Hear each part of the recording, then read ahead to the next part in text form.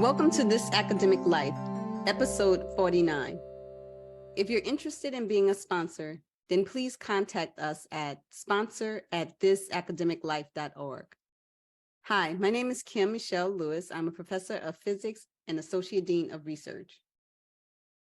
Hi, my name is Lucy Zhang. I am a professor of mechanical engineering. Hi, my name is Pania Newell. I'm also a professor of mechanical engineering. By now, many of you have already heard about ChatGPT.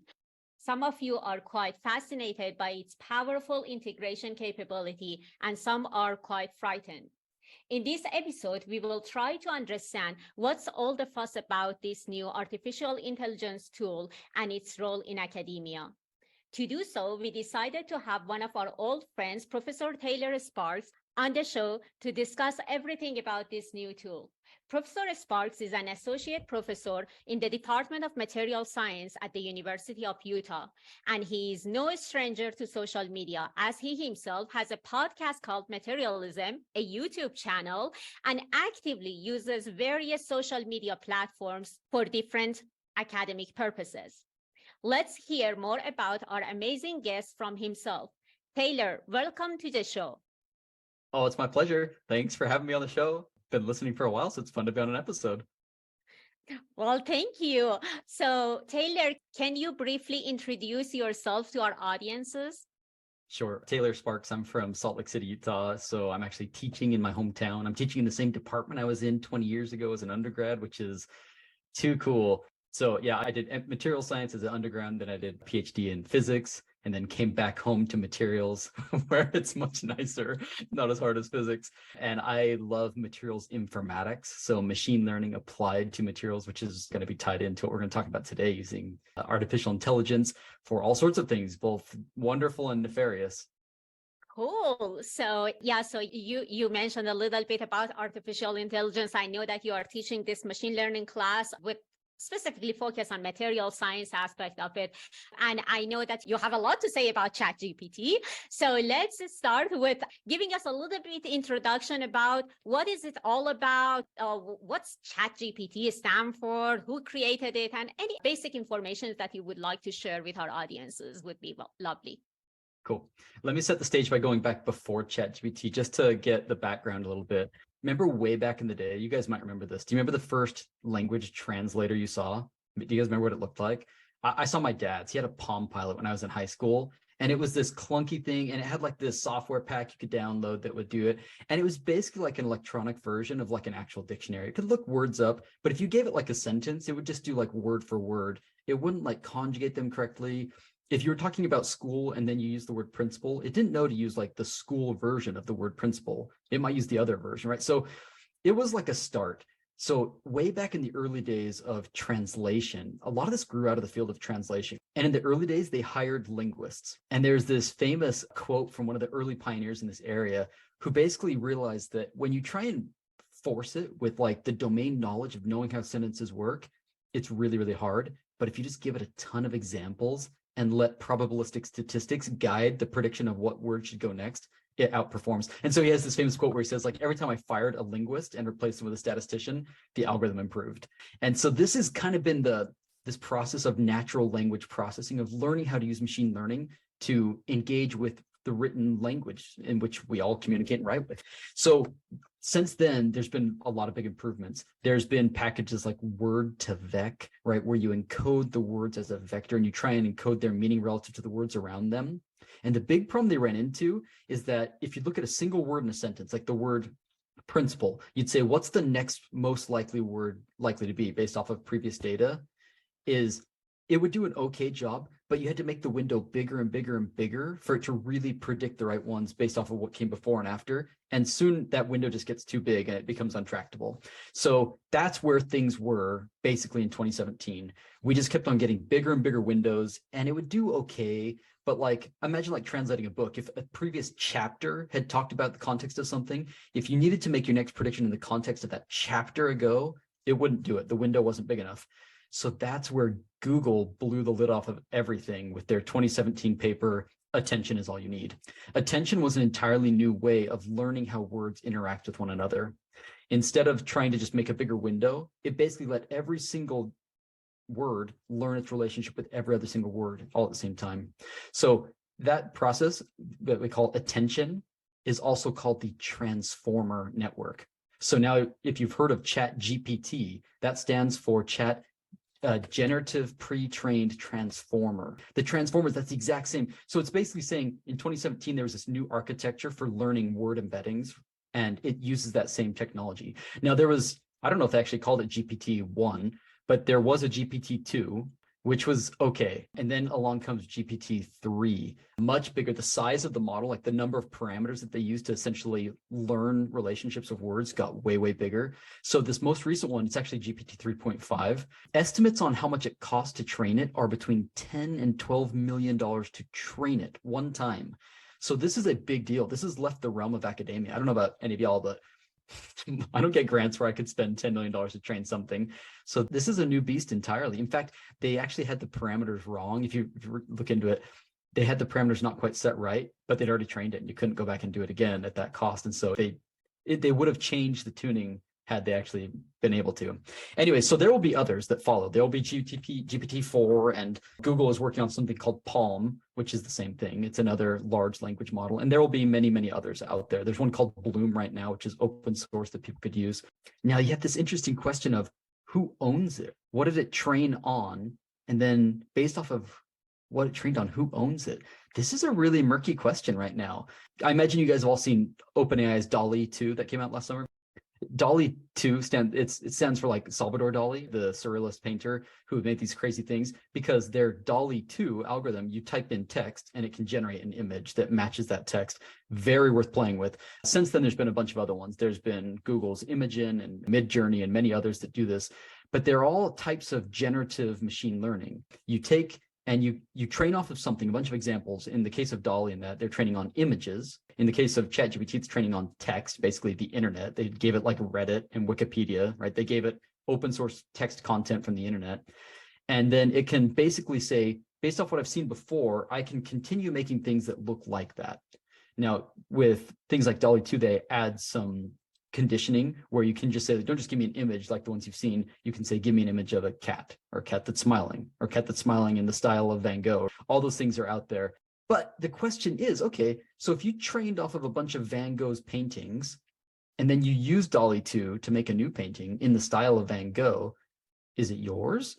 Like, who owns that? Do you owe some money to, I guess DALL-E's not a good example because he's dead, but take a famous painter now. What if you trained off of their style and then you started turning out things in that same style? So this is a very hotly debated issue right now in the AI art scene.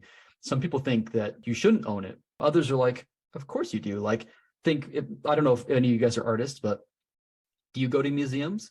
Do you get inspired by the works there? Do you like then have to put a disclaimer on your art that, heads up, I did spend some time in the Smithsonian, and so I did see these works of art? And so, no, of course not. You're just take inspiration from what you see. So that's the other side of the argument. And I don't have a strong opinion on the matter. I hear both arguments and I get where they're coming from, but it's the same thing with ChatGPT. So quick question, what's the impact on the academy? So right now, so tomorrow, for example, at the University of Utah, we have a whole hour-and-a-half long event talking about what does ChatGPT mean for us as it relates to education, research, assessment. It's going to touch on all of those things. They have 6 speakers. I'm one of them, where we're all going to give our perspectives. And some of them are like, this is the worst thing that's ever happened, because if you've tried playing with ChatGPT, go ahead right now, hop over there and type me a 500-word essay on high entropy alloys. It will blow your socks right off your feet. Like, it's amazing how realistic that is. It would be very hard. I think certainly shorter essays, it's going to be extremely difficult for any academic to judge whether or not that came from a human or whether they just prompted in that text and said, let it rip. And so this has prompted places like the New York Times and others to say that the college essay is dead. And that's been like a long-standing mode of assessment. You teach, you lecture, you have them read, you discuss things in class, and you say, now you're going to show me that you understood this by synthesizing this essay where you talk about it. And if that's the mode that you primarily relied on, then I actually agree. I think that mode is dead. It's too powerful. These things really a student could skate through your class with no effort at all and generate marks that suggest that they understood the material when they maybe did not at all. So I was going to say, just to follow up. So what happens as we faculty members have graduate students and they put together their thesis? How do we know that the ideas that they generate are unique and it's not something that was put in and it was spit out? I mean, it does take 5-6 years to obtain a PhD now, but maybe it might shrink down to 3 or 2 years. So how do you think it's a Totally fair disadvantage question. in some way when it comes to how the academy thrives off of graduate students and generating faculty members and professors? What are your thoughts around that? Yeah, that's like 3 questions in one. So let me kind of address them separately. First is like, how do we catch it, right? How do we know? Which I think most faculty, the first time that they try this out and they see the demonstration of like generating an essay, that's their first thought, like, oh my gosh, what do I do? How do I catch this? Then your second question was like, what does this mean for like training PhDs or their timeline in grad school? Is it going to be less or more? And then how does that impact us and our research, right? Those are kind of 3 totally different areas. So let's talk about the first one first. There are software packages out there that use machine learning models, classifiers that classify A versus B. They can classify real human text or ChatGPT text. So I've tried these. I don't find them particularly compelling. I don't think that they're amazing. And even if they were amazing, it's going to be like this arms war of like the better that the detectors get, the better that the con artists will get, and back and forth. So I don't want to play that game personally. I think that that's like I don't want to spend my energy there, right? Because it's just going to be like chasing down your homeworks on Chegg, like just write new homeworks is kind of how I feel on it. In our case, we need to change the way that we do assessment. So that's how I feel about that. Let me go to the second one. Students or graduate experience, even undergraduate experience, is going to be radically different. There's so many tools showing up where you can use ChatGPT for good or bad things. Yeah, if you want to, you could have it write the introduction of your paper and it would probably fool a couple of reviewers, but it might put totally spurious stuff in there. I mentioned that these are large language models, right? They train off of lots of examples, but it's not like all that data that trained off of was perfectly vetted, not remotely. You get a bunch of bad stuff in there. In fact, the original GPT-2 model was filled with like really like, it reflected the bias, like whether that's racism or just mean, like comments, like the fact that like, if it's on the internet, that's what it learned from.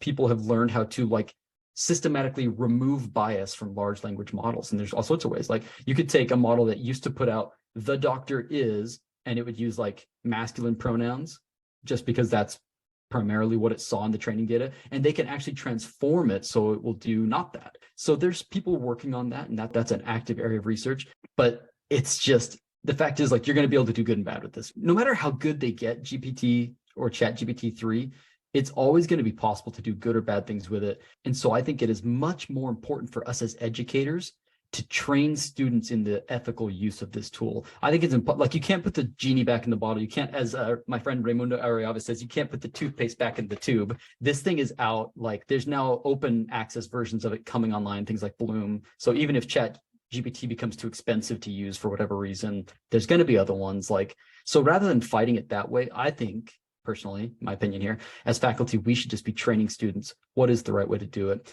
And we should think of it the same way as students graduating from calculus, where they did things by hand, to now as engineers. You're all engineers and STEM people. Maybe in physics, you still do integrals and derivatives by hand, but I don't. I never do that anymore. I use solvers. I use scikit-learn. I use SciPy. I use all these tools that do that stuff for me. And I'm thrilled that I don't have to do this anymore because I can accomplish a lot more myself personally. So I feel like this is the same thing, but now with the written text. Instead of expecting them to be able to be amazing compositional writers that understand grammar, that understand the verve and grace that goes into writing, we can have them co-write text with these generative models and take much more of an editorial or a revisionary role on it, a fact-checking role, a brainstorming role alongside of it, which is a different skill set. And I would argue it's a higher skill set. So you can still write, but you're going to be taking much more inspiration and tools from existing things. Otherwise, it'd be like penalizing students who they learned how to spell when they were in grade school, and then they get to college, and our universities pay for things like Grammarly. They pay for it. Said, well, didn't you learn how to spell? Of course you did. But like, we no longer care about that because that's like a lower level way of thinking, is worrying about spelling. We're more worried about the content. I see this in the exact same light. Yes, it's important to learn sentence structure and writing and composition and organizing an essay and like the big pictures like that. But I'm way more interested in that they can actually use this to generate things that are interesting and good than if they did it 100% themselves or used assistants? I think that's very interesting. First of all, I want to say I love using those integration tables. I just love them. I have copies of them still on my shelf, and I use them whenever I need to.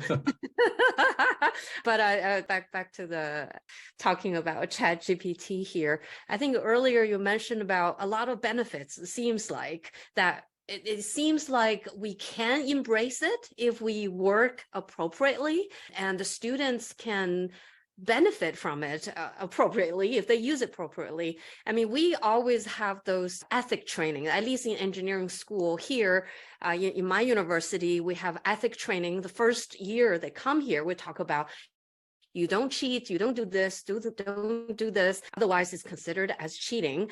You have to go then through all these ethics review board and all that in order to clear yourself.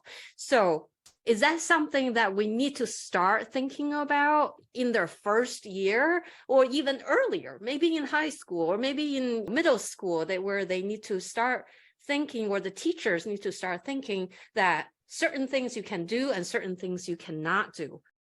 Absolutely. I think as soon as they're expected to start doing writing for assessment, then you have to start introducing this.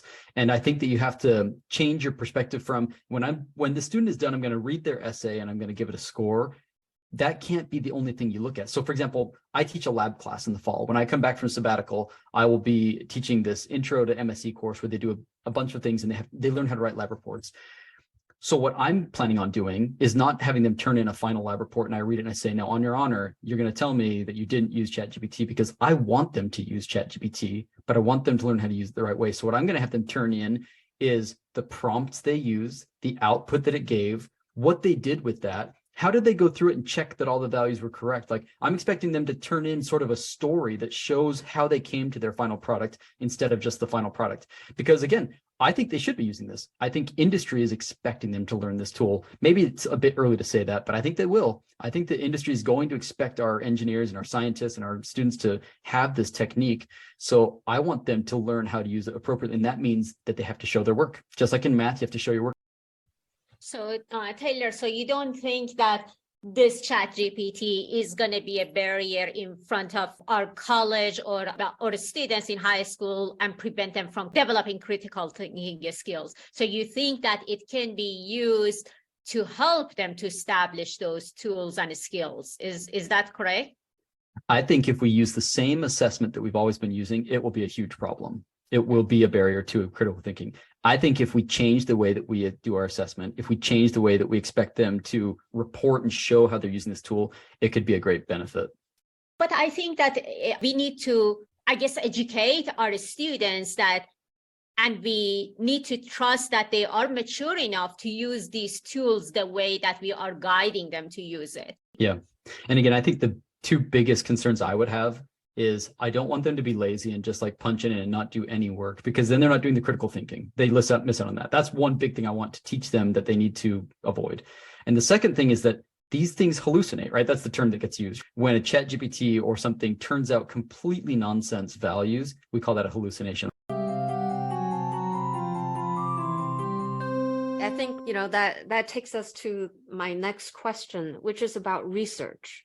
When we do research, typically you write you write those out into a publication form, article form, or you write those into a grant proposal. So these are all writings or paragraphs of your ideas. Now, these ideas are typically new, so new enough that you don't really see much that can be searched in the database, at least in terms of the idea itself.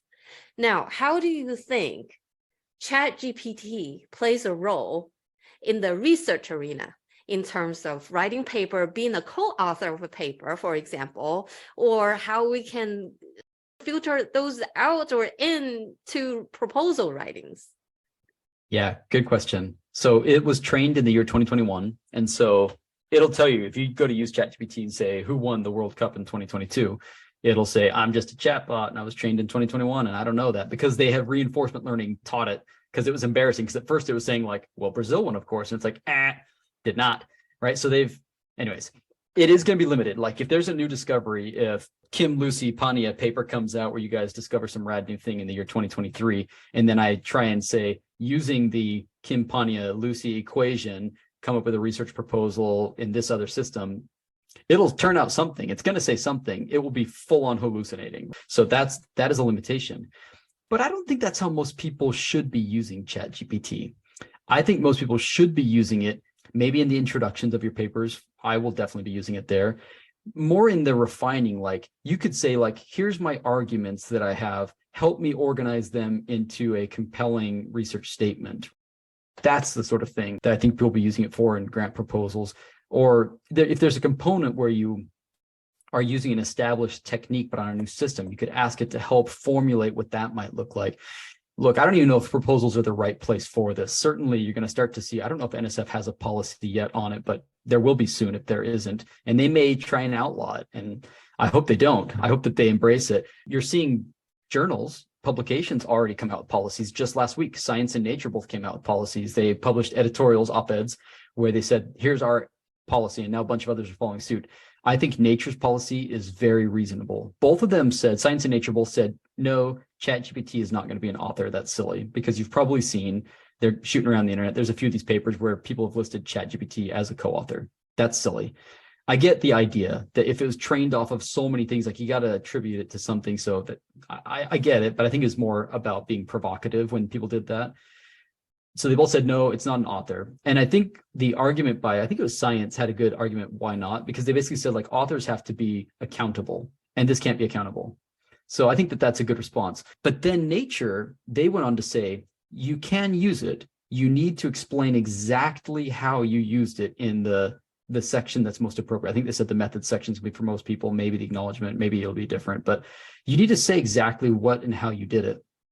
Science took another tack. They said it is academic misconduct to use it in any way, in figures, in text, in the data, in any aspect of it. It is academic misconduct. I think that will be changed. There's no way that stands, because I'll tell you what, scientists are going to use it, and then somebody's going to come along with ChatGPT 0 or something like that, a detector, and they're going to say, check it out. I found one of Kim's students. They used it in a paper. Therefore, this was academic misconduct. You have to retract that paper. There's no way that's going to stand.